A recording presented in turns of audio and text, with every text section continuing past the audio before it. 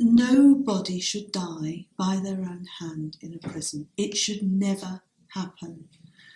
If the state takes responsibility for someone, it should take responsibility for their safety and do everything to make sure that at least they stay alive. In a sense, that's the least the state can do. The suicide rate went up last year, so more men and women took their own lives last year than the previous year.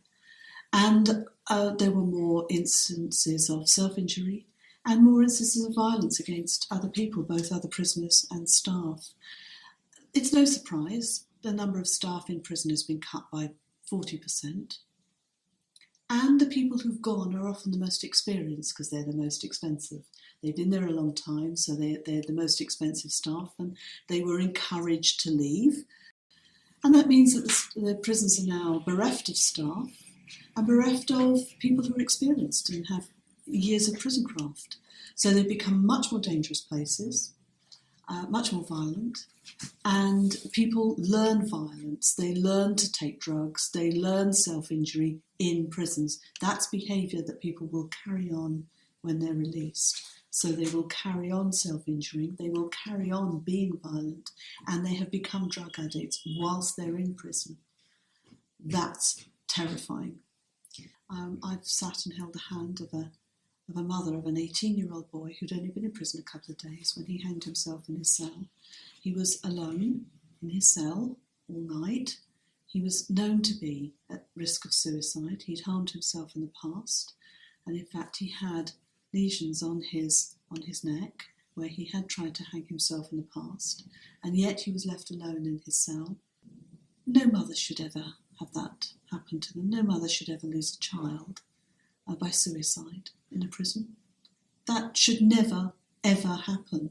And I think the shocking thing is the complacency of ministers, because they say it's not their fault, they just shirk all responsibility for when these young people die. And I think that's disgraceful, actually. It's quite interesting that the minister said that we somehow manipulated the figures, which is bizarre because he gave us the figures.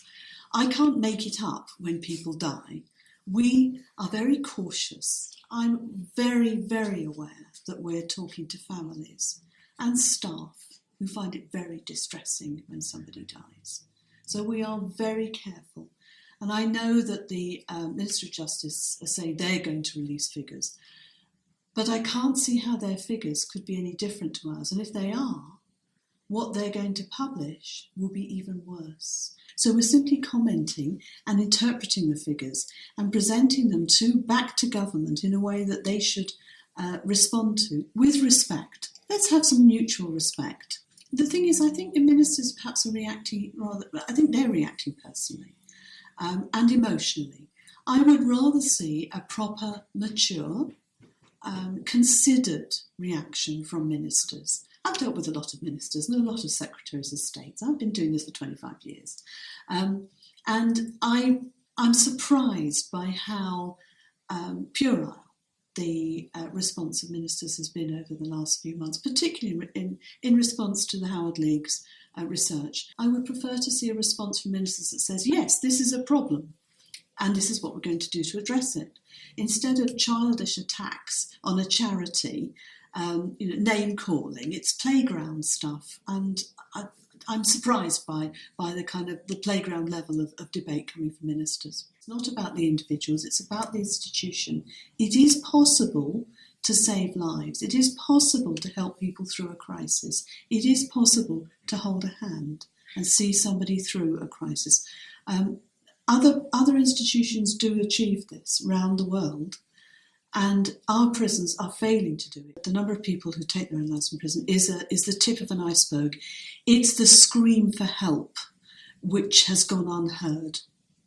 And there are a number of different factors that for each individual does it for their own individual reasons or cries for help in their own individual way. But obviously mental health is one of the issues. Now, the Howard League has just launched a new project with the Centre for Mental Health, and we're very pleased we're going to be working together to see how we can just get rid of all suicides. I do not want anybody to die by their own hand in prison. And that is the challenge we're setting. How can that happen? What steps can the state, the Ministry of Justice, the government take to make sure that nobody dies by their own hand in prison? The messes that have been created by perhaps political decisions rather than justice decisions. So, for example, the reorganisation of the probation service, I think, has been really inept. I was talking to magistrates recently, and they said that because they're in court, they have someone in front of them who has a pre-sentence report. It's been written by somebody other than the probation officer who is standing in court. The probation officer has to defend this report that they didn't write. They've never met the person, the offender, before. And then the court has to make a decision about whether the recommendation for the sentence is reasonable, but they've got no one to question on it because of the split between probation and the community rehabilitation companies, which is now being fed in and coming on stream. So the courts know that this is a shambles. Probation service, which was a successful public service and had been for a century, has been abolished, pretty much. And that, I think, is inept on a massive scale because it's putting the public at risk. I think, actually, Finland is a more interesting model because they made a conscious decision to change their criminal justice system. It's not just part of the Scandinavian history. It was different. It was part of the Soviet bloc. It was very repressive. It was very authoritarian and very punitive, and they had high use of prison. And they made a decision to say, we don't want to do that anymore. We want to be Scandinavian. We don't want to be Soviet anymore when the wall came down. And part of that cultural change was to reduce the use of prison. So it is possible to make decisions and to make changes. And I think that model is something we could copy.